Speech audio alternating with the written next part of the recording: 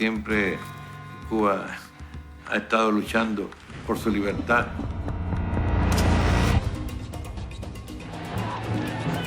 Murieron 100.000 personas.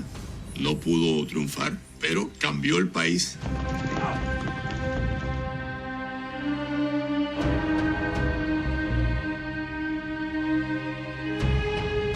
There is little question that Meyer Lansky had thoroughly corrupted Batista. It's not a lie. They didn't promise anything. They promised a revolution. They did a revolution. Эти ребята обязательно будут либо мучениками, либо национальными героями.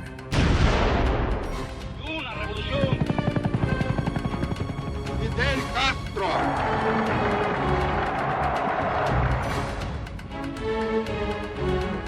He told Khrushchev, you should unleash the entire Soviet nuclear arsenals. Apocalypse.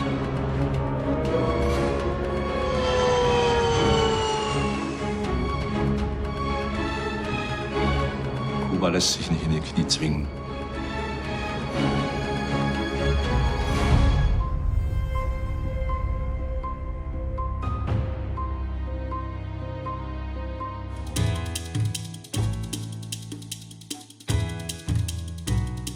The island of Cuba has been a socialist state for over half a century.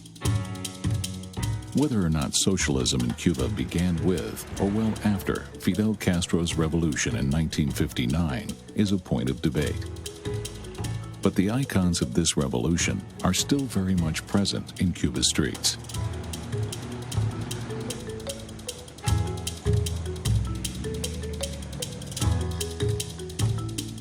As crises shook the country, ordinary Cubans often had other more pressing worries than where, on the political spectrum, their country lay.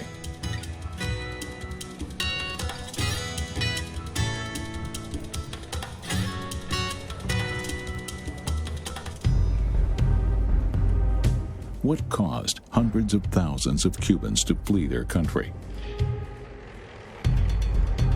Why was the Cuban army involved in bloody wars in Africa? How did the island become a hub for the international drug trade? The history of Cuba is marked by 500 years of poverty and insurrection, but also by a dream that the Cuban people have never given up on.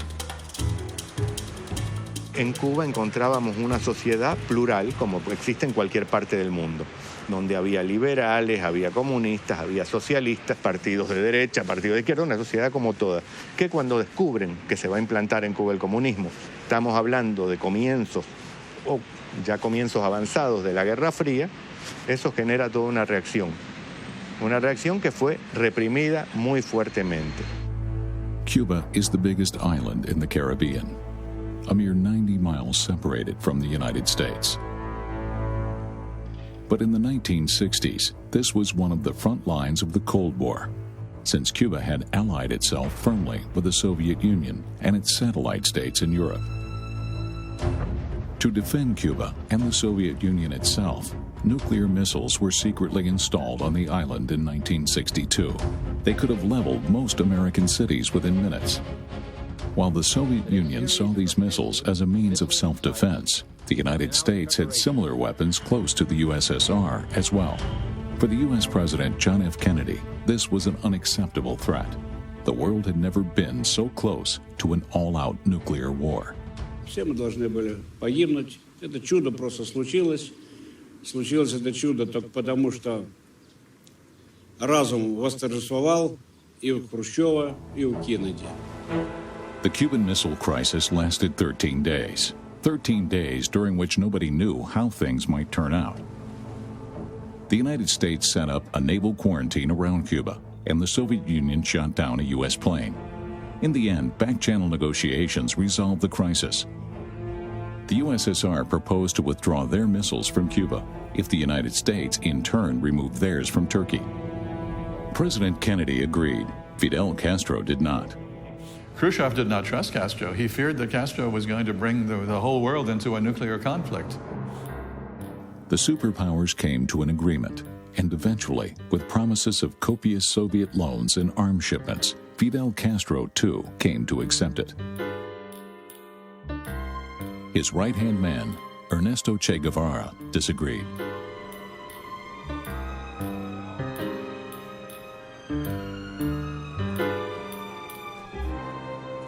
Los problemas del Che Guevara con Fidel son porque para el Che el apoyo que le estaba dando la Unión Soviética a los movimientos revolucionarios era muy pobre, era muy poco.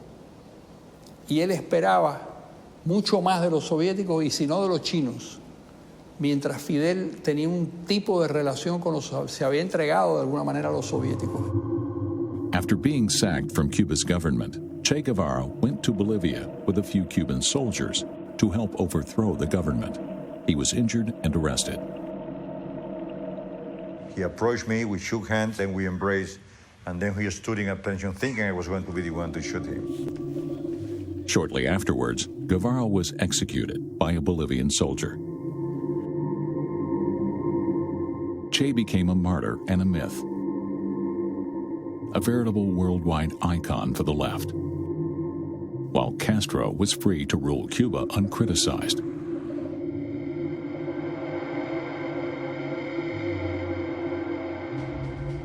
Since his revolution took power in Cuba on January 1st, 1959, Fidel Castro had seen the United States as his principal enemy.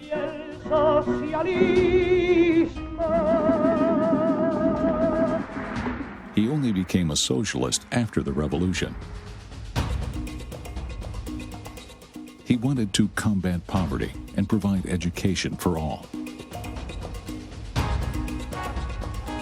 Und da kommt zum Beispiel die Alphabetisierungskampagne rein. Niemand hatte sich vorher für die Armen auf dem Land interessiert und auf einmal schickt Fidel die jungen Leute aus den Städten und bringt der ganzen Bevölkerung sozusagen Lesen und Schreiben bei. Schools and hospitals were built across the island.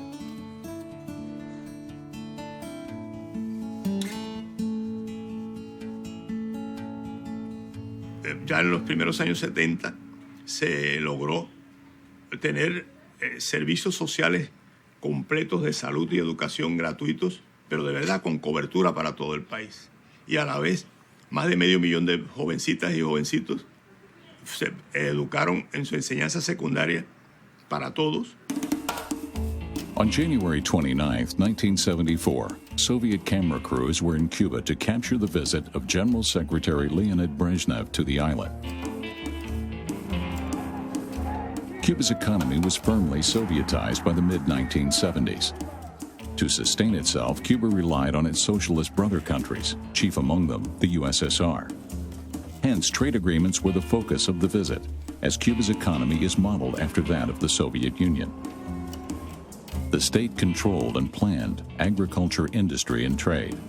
La sovietización, es decir, que el Estado ocupa todo espacio, incluso aquel de los servicios mínimos, como es alguien que vende sándwiches, o que vende todo, o sea, donde todo tipo de iniciativa privada, aunque le sea la más pequeña, está prohibida, es a partir del año 68. The Soviet Union provided an ideology, but also sustained Cuba economically. In den 60er Jahren war ja die Versorgungsengpässe elementar.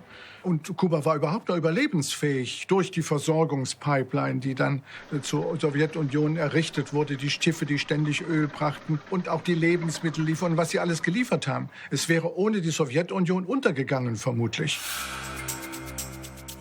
Castro was welcomed to the Soviet Union with full honors, and as proof of the friendship between the two states, was allowed to take home some of the latest examples of socialist innovation. Aber das waren natürlich Solidaritätspreise. Solidarität hat es ja nicht nur auf Kundgebungen gegeben, sondern Solidarität hat es untereinander im Verhältnis auch gegeben. Moscow also supported Cuba in competitive sports. Success here was supposed to show the superiority of socialism. Cuba had to come up with a way to repay its brother countries. The island's main export was sugar, so Fidel Castro decided to majorly expand sugar exports to the socialist bloc countries. La fin des années 60 se termine non pas par des exploits guerriers, mais par une tentative d'exploit économique qui est ce qu'on a appelé la safra, c'est-à-dire la récolte de canne à sucre de 10 millions de tonnes, qui voulait montrer à quel point Cuba pouvait surpasser tous les records de tous les temps en production. Almost the entire population of Cuba is called upon to help. Workers, farmers, academics, civil servants, everyone was enrolled for the sugar harvest. This truck carries a banner calling for the sugarcane plant to be felled with one machete blow. Und er wollte außerdem auch die Massen mobilisieren, mal wieder zu einem gemeinsamen Projekt dieser entscheidenden Frage, schaffen wir es, 10 Millionen Tonnen zu produzieren oder nicht. But in exchange for a record harvest of sugarcane in 1969, Cuba neglected all other industry. Classrooms and factories remained empty as people from all walks of life worked in the cane fields. Even Fidel Castro himself took part in the harvest. Cuba's economy ground to a halt and would take months to recover. Terminé de façon lamentable, non pas tant parce qu'il est arrivé seulement à 9 millions de tonnes, ça on peut lui pardonner, mais surtout parce que pour arriver aux 9 millions de tonnes, il a désorganisé la totalité de la vie économique, politique même, puisque le Conseil des ministres se réunissait au milieu d'hacienda ou de canne à sucre. The entire state apparatus was on the point of collapse. The only benefit of the disaster, the Soviet government forgave Cuba's debt rather than see its ally go under. Brezhnev hat den ersten Schuldenerlass ihm gegönnt und die Wirtschaftsbeziehungen zur Sowjetunion und auch überhaupt zum sozialistischen Lager wurden verstärkt. La presencia soviética en Cuba no es que fuera, como se puede imaginar, una presencia de ocupación. Uno no veía soviéticos por todos lados, había que ir a una empresa, pero por supuesto siempre se estaba hablando de los países hermanos encabezados por la Unión Soviética. Pero bueno, presencia en las calles y eso realmente, al menos yo no la sentí cuando fui niño. Even closer collaboration with the Soviet Union paid off for Cuba. In terms of education and health, the island was soon far ahead of other Latin American countries. As a precaution mainly against the United States, the island also acquired military equipment, and Cuban military advisors were present wherever rebels were fighting in the Third World. Castro, qui adore tout ce qui est militaire et qui, de surcroît, devait bien savoir que quand même il devait des choses, a trouvé excellente l'occasion d'une projection internationale de Cuba, et ne serait-ce également que sur le plan du prestige. Y para los revolucionarios cubanos, el campo de batalla contra el imperialismo abarca a todo el mundo. Así entendemos los revolucionarios cubanos nuestro deber internacionalista. Así entiende nuestro pueblo sus deberes, porque entiende que el enemigo es uno, el mismo que nos ataca a nosotros en nuestras costas y en nuestras tierras, el mismo que ataca a los demás. Fidel Castro still felt indebted to the Soviet Union. He intended to pay them back, but this time not in sugar. In 1974, Portugal withdrew from its former colony of Angola. A bloody civil war erupted, with communist and nationalist factions vying for power and calling upon the international community for help. c'est un jeu de gagnant-gagnant, quoi. Je veux dire, l'Union soviétique se dit, voilà, il y a un moyen là pour nous, communisme, soviétisme, de progresser en Afrique, et pour Castro, un moyen à la fois de magnifier l'image de Cuba et de payer un petit peu sa dette à l'Union soviétique, si vous voulez. Und dann wurde es im Prinzip so ein Stellvertreterkrieg in den Parametern des Kalten Krieges.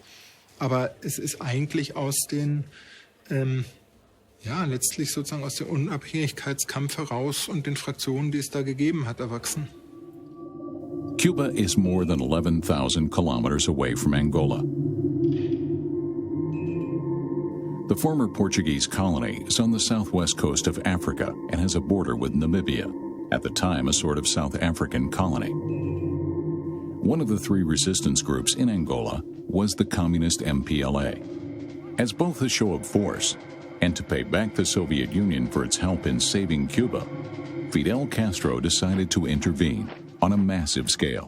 Dann gab es im Prinzip die Suche nach Unterstützung und dann ist Kuba in dieser Weise reingegangen. Aber viel massiver, glaube ich, kann man sagen, als es die angolanische Regierung überhaupt erwartet hatte. Damit konnte man sozusagen auch nicht rechnen damals. Es gab die Weltmächte, die Großmächte und Kuba war natürlich eigentlich ein kleiner Fisch. Cuba initially sent advisors to train the MPLA's fighters.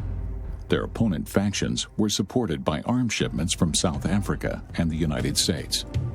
The MPLA leaders hoped that Cuba would support them similarly.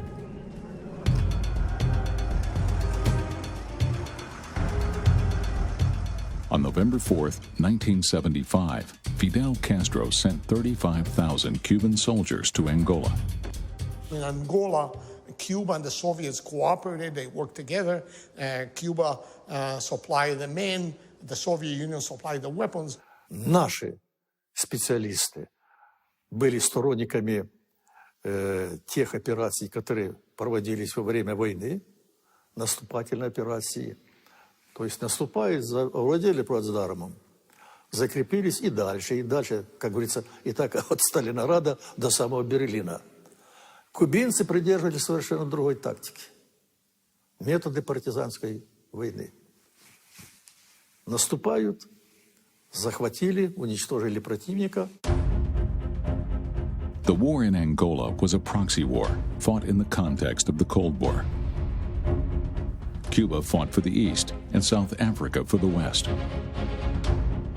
The war was broadcast to both sides of the Iron Curtain. These images are from Soviet state television.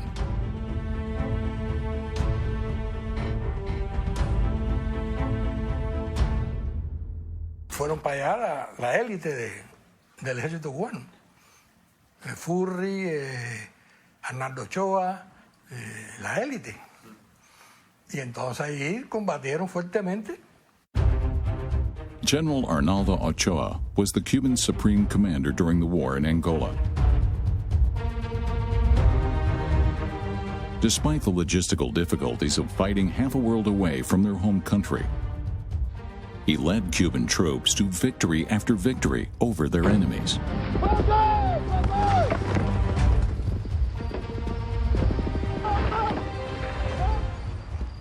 El general Ochoa justamente era uno de los oficiales más jóvenes de la tropa de Fidel Castro en la Sierra Maestra. Se destaca como jefe militar siendo muy joven antes del triunfo de Batista. Luego, cuando triunfa la revolución, tiene el grado de comandante, es uno de los comandantes más jóvenes. Luego este mismo oficial pasa a escuela militar en la Unión Soviética y llega a ganarse el respeto de los propios oficiales soviéticos. The success of the Cuban army under his command, as well as the fact that he had been with the revolution since the beginning, gave his word much weight in Cuba. When he began criticizing Fidel Castro for Cuba's treatment of his soldiers, people paid close attention. El general Ochoa era un hombre extremadamente muy inteligente, muy en el campo militar. Era un estratega de la guerra moderna, con una capacidad militar extraordinaria. But Ochoa's successes came at a steep price. Thousands of Cubans died in Angola, as did over 500,000 Angolan civilians.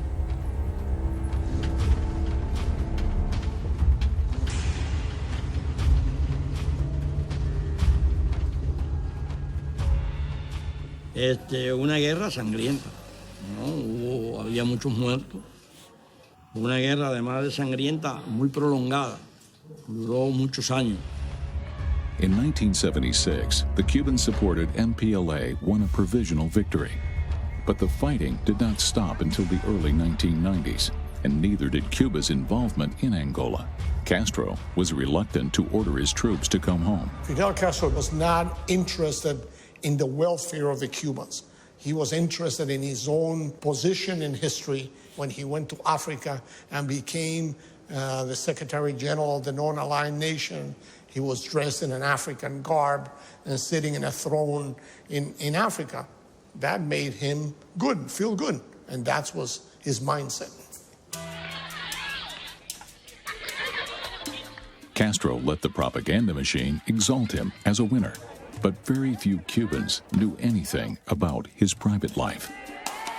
Anfang der 90er Jahre war ja für die normale kubanische Bevölkerung noch überhaupt nicht klar, dass der verheiratet war, sondern er war der große, sozusagen freie Kommandante in Jefe, der sozusagen nur für die Revolution gelebt hat.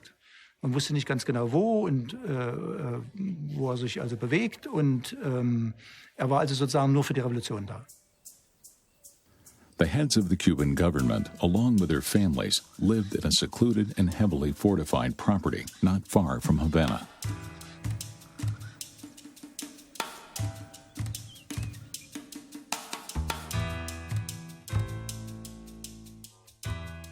Entonces se puede decir la guarida de Fidel Castro, el punto cero. Ahí Fidel Castro vive con su familia.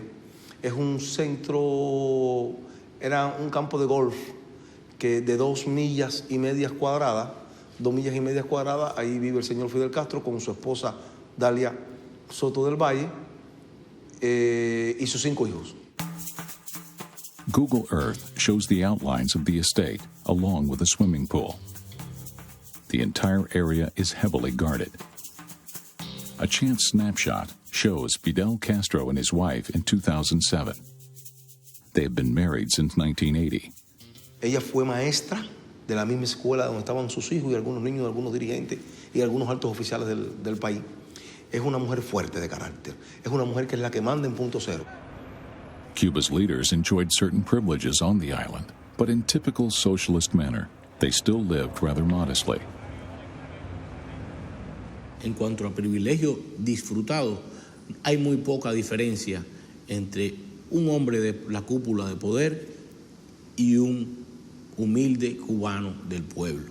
Las diferencias son 2 ruedas. Los cubanos de pueblo andan en una bicicleta y los cubanos del poder andan en un Lada o en un carro bastante, dentro de todo lo posible, un auto humilde. Cuba is known for its curious mix of ancient American and Eastern Bloc-built cars. But for himself, Fidel Castro chose something more extravagant, a Mercedes.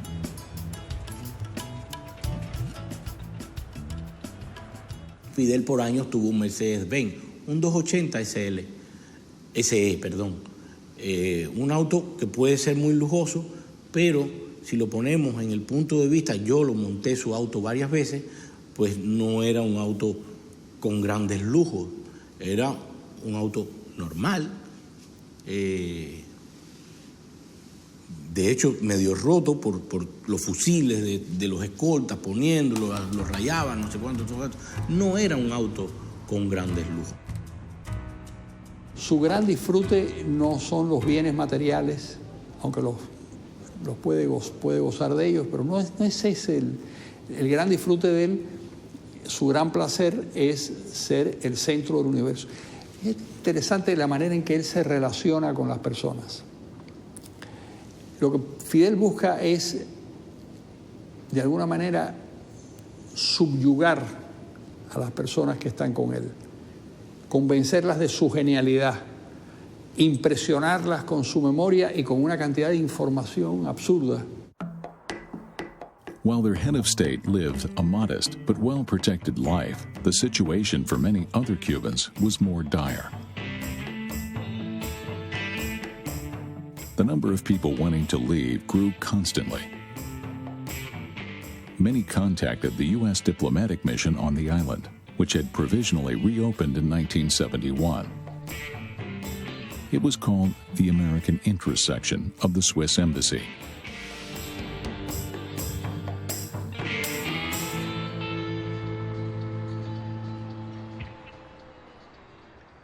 So we are in the same building on the Malecon for decades. And then we had an office down the street where we process refugees. We had one of the 3 refugee processing centers in the world outside of the United States. Some Cubans fled with the help of the U.S. diplomatic mission. Others chose more dangerous ways, such as crossing the ocean. Year by year, thousands of Cubans left their homeland for the United States.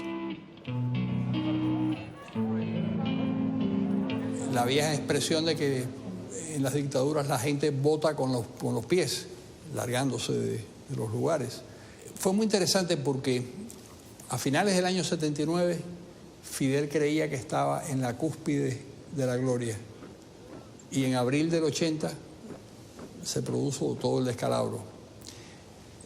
Había realmente un rechazo muy grande al sistema.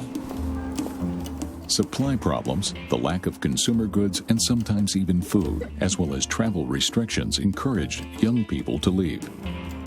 They wanted to go to the USA or to Europe. In April of 1980, the pressure boils over when the regime restricts legal ways for Cubans to leave the island. Und dann gab es später wieder auch Phasen, wo es eingeschränkt worden ist, wo über Jahre das nur noch ein Tröpfeln war. Und dann gab es im Prinzip vor allem 1980 diese Massenexodus über den Hafen von Mariel. On April 1st, 1980, a group of Cubans crashed their bus through a fence at the Peruvian embassy and asked for asylum. Peruvian embassy staff refused to hand them over to the Cuban authorities.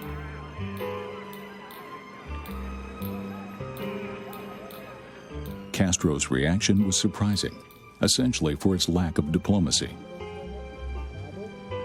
He removed the guards from around the embassy and encouraged all those who wanted to leave Cuba to try their luck with the Peruvians. En Mariel empezó porque la embajada empezó a darle asilo a todo el que venía. Y Fidel, en una de esas cosas que él hace, pues le quitó la escolta, la guardia, a la embajada, y enseguida en un día hubo 10.000 metidos ahí adentro. Entonces, bueno, ya se era un escándalo. Entonces, ¿cómo resolvió eso? Bueno, ¿se quieren ir? Váyanse. Oiga, los de Miami, vengan a buscarlo. Everyone wanting to leave had to go to the beach of Mariel, west of Havana, and be transferred to Key West, the southernmost point of the United States. Exiled Cubans in Florida organized the first ferries for the refugees. Between April and October 1980, boats worked non-stop to deal with the human tide. A los que están, que se han exilado, que les aproveche su sociedad de consumo y su ciudadanía norteamericana después de haber abandonado a su patria. Y a los que quisieran marcharse, que no es si no pueden marcharse no es por culpa nuestra, sino por culpa del gobierno de Estados Unidos que no quiere admitirlo allí. Nosotros no les prohibimos, salga nadie del país.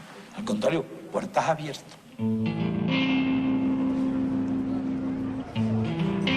27 refugees died, most of them drowning after falling overboard. More than 100,000 arrived safe and sound in the USA and obtained work permits. But the Cuban government had its own plans as well. La idea fue de inundar a Miami con esta vaciar las cárceles cubanas y muchos de los manicomios cubanos y mandárselos aquí a Miami que resolvieran. ¿No querían irse? Bueno, ahí están. The American administration arrested all suspicious refugees and checked criminal records. De las 130.000 personas que fueron a los Estados Unidos, probablemente entre 10 y 20.000 eran criminales que sacaron de asesinos que sacaron de las cárceles, locos, gente desajustada, es decir, un porcentaje, quizás el 10% del éxodo completo de María, era mucha gente. Some 2,500 Cubans spent up to 15 years in American jails before Cuba agreed to repatriate them.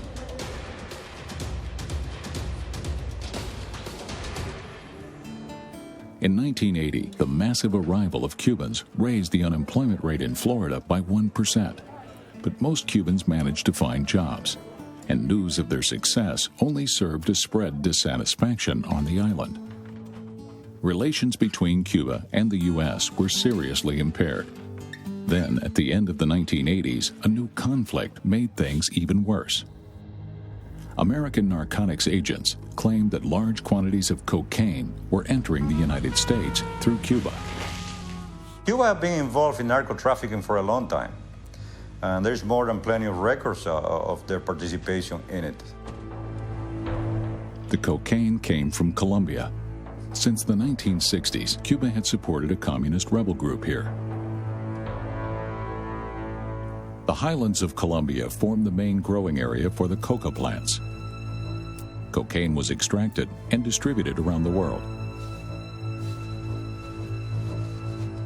In order to finance their clandestine combat, the communist rebels, the FARC, collaborated with drug barons. La historia del narcotráfico cubano empieza cuando Cuba encuentra dificultades para abastecer la guerrilla que están en Colombia.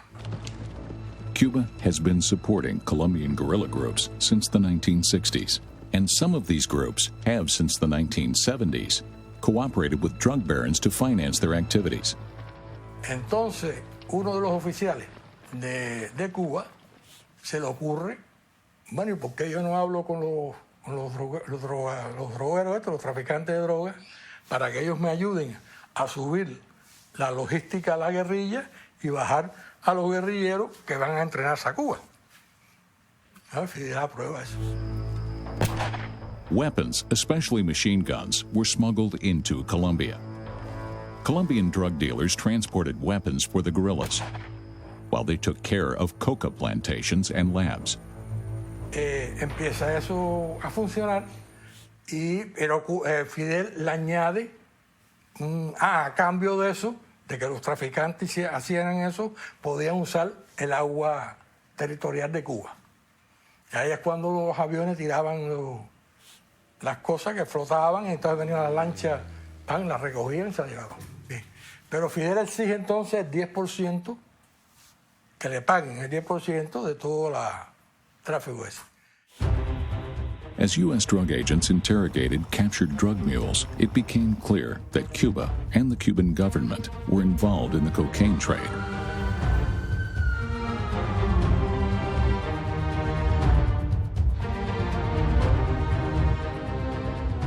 We definitely have information and intelligence that there were some high government officials facilitating the move of cocaine through Cuba. Yeah, well, that information existed.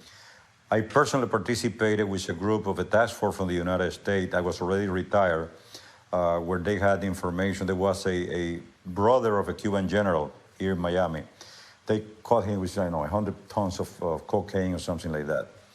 And the guy was trying to get free on, reduced sentence, and he claimed that his brother, who was a general, had the dealings out of Pinal del Rio with Raul Castro personally. The Americans only managed to catch small-time dealers and were unable to identify and stop the ringleaders. I think there were those within the regime that saw drugs as a legitimate weapon in trying to destabilize the United States, and had the secondary effect of it raised a lot of money. Furthermore, drug money was laundered in Cuba, apparently with government approval.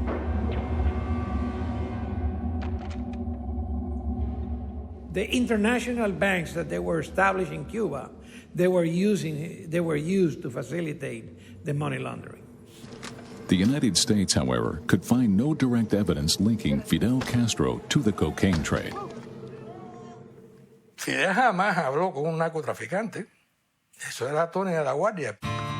Tony de la Guardia was a colonel in Cuba's Ministry of the Interior, and here he was responsible for special missions. Ellos empezaron a hacer misiones especiales para Fidel Castro. En los años 80, 82, a mi padre le piden que empiece a no violar el embargo, pero hasta cierto punto sí, diríamos, más que nada de poder ir a Estados Unidos, recuperar el material de alta tecnología que Cuba no podía procurarse de manera normal, porque el embargo lo prohíbe. The U.S. administration claimed to have evidence of Cuban involvement in the drug trade.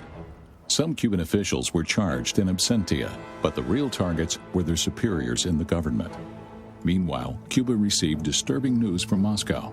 The new Soviet General Secretary, Mikhail Gorbachev, had decided to introduce historic reforms, which would, in the end, prove to be fatal for the Soviet Union.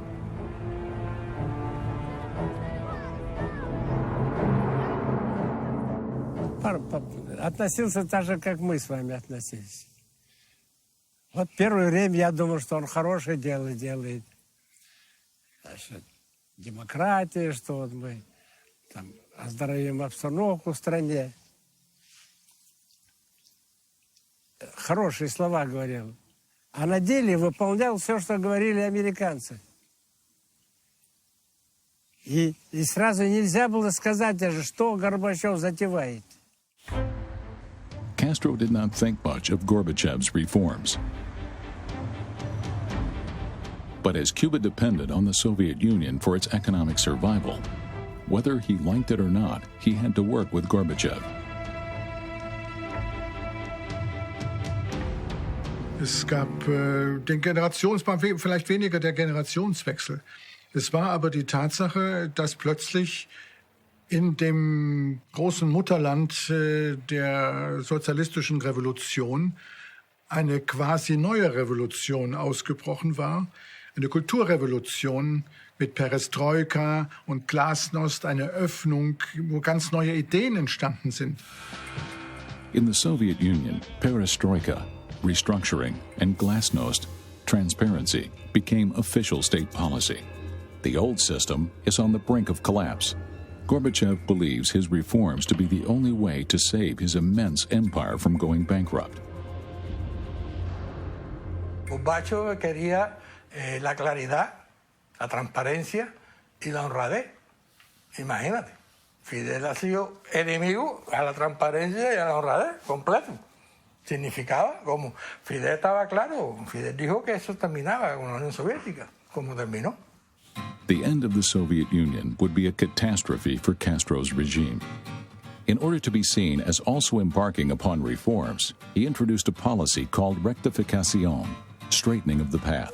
But the government's total power was not an issue to be questioned.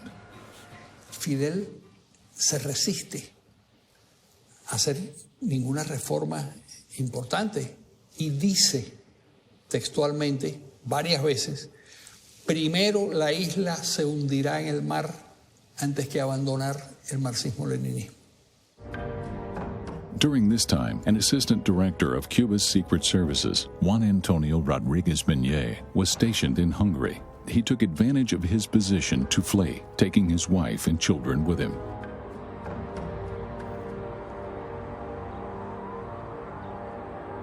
Yo voy a esperar yo con 52 años. Era un problema de que mi familia se desarrollara como ellos querían estar, como ellos querían ser. Eran jóvenes. Pero yo no tenía ninguna aspiración, ni la tengo tampoco, mucho menos ahora, ¿no? Cuba's Angolan war hero, General Arnaldo Ochoa, remained in close contact with the Soviet Union, both during and after the conflict.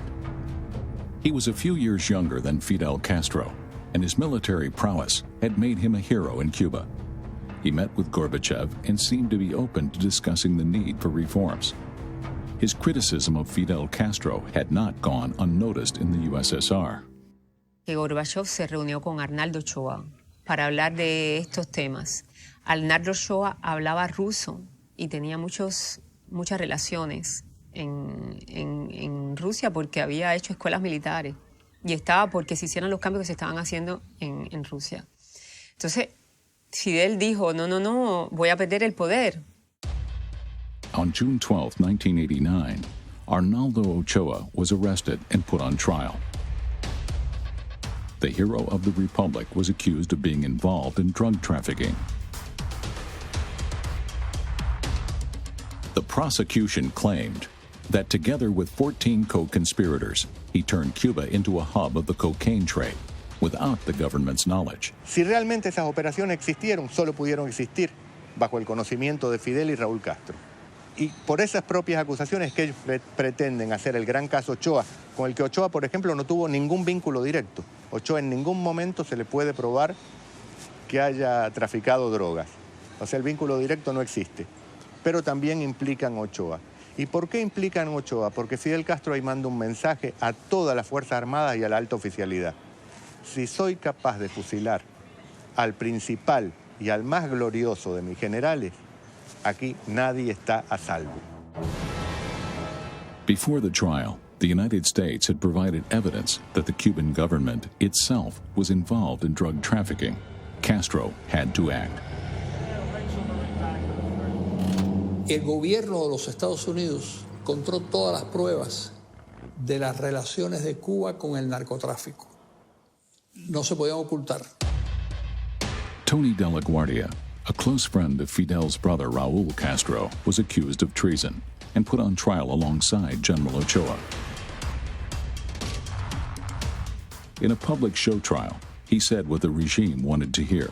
Trasladar un avión con no recuerdo la cantidad de cocaína, aterrizar en Varadero, posteriormente trasladar la droga a unas lanchas que irían para Estados Unidos. El proceso fue televisado, pero además todo el proceso contra ellos empezó antes del juicio, donde ellos sacaban comunicados en la prensa diciendo que esa ofensa a la patria la iban a lavar con sangre.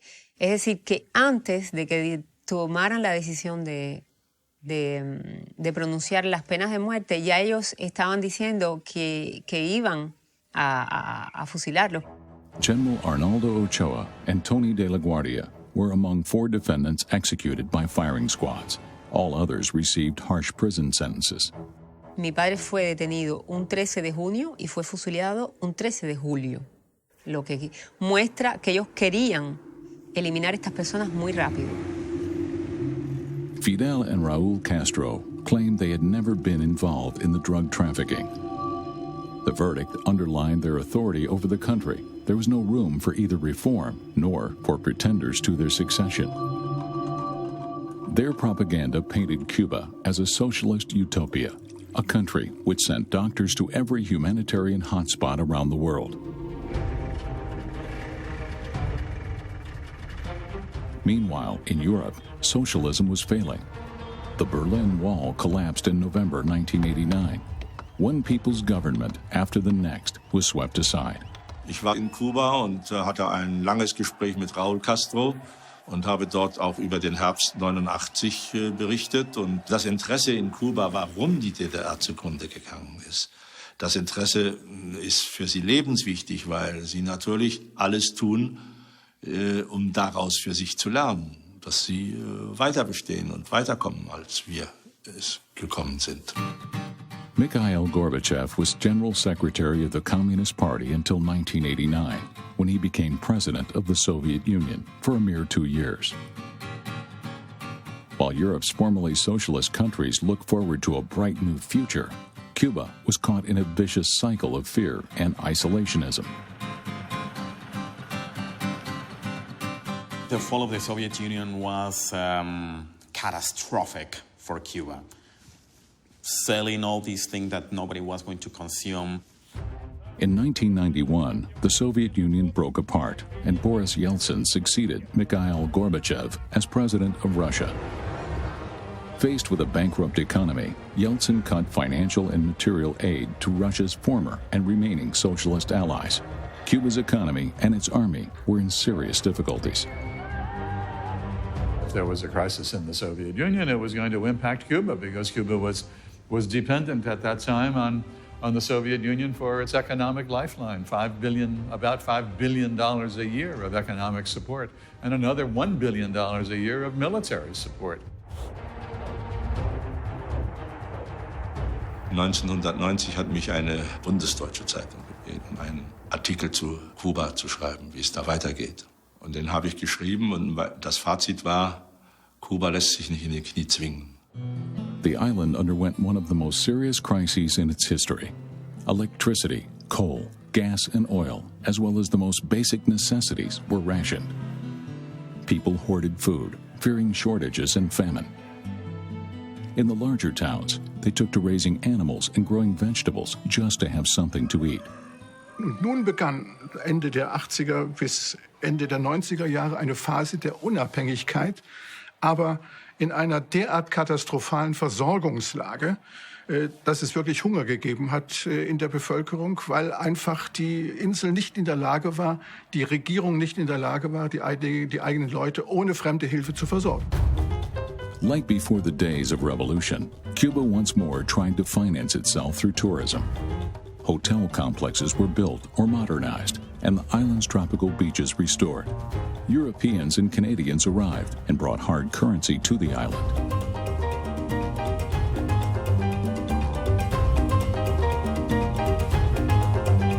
Solution partielle mais quand même importante. Je dis partielle parce que le problème des touristes c'est qu'il faut les nourrir et si vous ne produisez pas de la bouffe chez vous, il faut importer. To attract tourists and their money, in 1993, Fidel Castro authorized a mini-revolution. The U.S. dollar was introduced as a second legal tender, primarily for tourists. An additional advantage of this measure was that Cubans in exile in the United States could now send money to Cuba to better the lives of their families on the island. Die Zulassung des US-Dollars war eine Notmaßnahme 1993 auf dem Tiefpunkt der Krise, letztlich um das Überleben zu sichern, um die Überweisung der Verwandten aus dem Exil zu bekommen als neue Devisenquelle. Und das ist richtig viel Geld, muss man sagen. Das wird auf 2 Milliarden US-Dollar im Jahr geschätzt. Das ist weit mehr als Tabak und Zucker zusammen für die Insel erbringen. Dollars were welcome, but U.S. citizens could still only go to Cuba via other countries.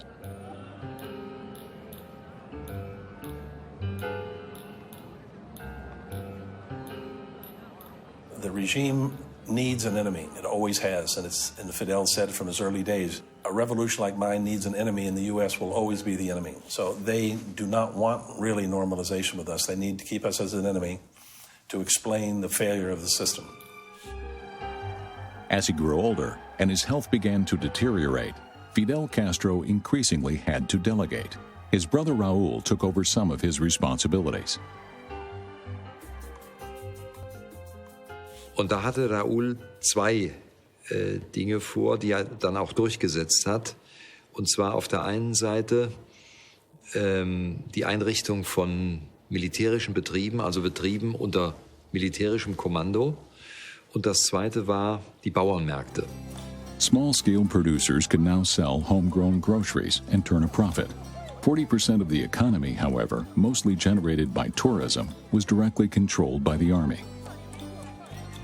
Lo que sí hay que ver que las Fuerzas Armadas de Cuba, a diferencia de las otras en el mundo, sí se convierten casi también en un ministerio o un gestionario de la economía estatizada. Fidel Castro's promise of freedom and socialism for Cuba ultimately failed when the rest of the socialist world collapsed. In order to save his island and his rule, he established total military control of the economy and society. After the collapse of the Soviet Union, he had to find new partners to ensure his survival. The revived tourist trade had one principal objective: financing Cuba's army, and thus keeping the Castros in power.